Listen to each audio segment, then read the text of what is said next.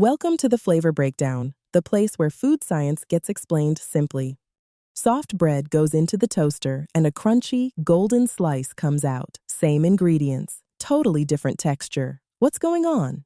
Today we're breaking down how heat reshapes bread from the inside out, driving off moisture and reorganizing starch into a crisp, new structure. Bread is flexible and springy, but toast is rigid and brittle. It cracks, it crunches, and it shatters into crumbs.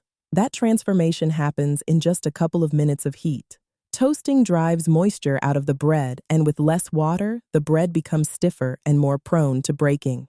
The heat also breaks down the gelatinized starches and turns them into a glassy, brittle network.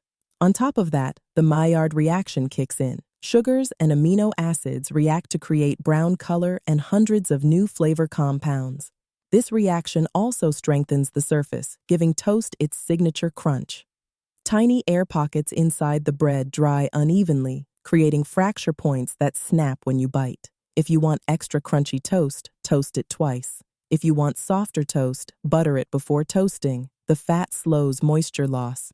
Toast actually goes stale faster than bread because its dry structure quickly absorbs moisture from the air. Like and subscribe for more food explained simply on The Flavor Breakdown.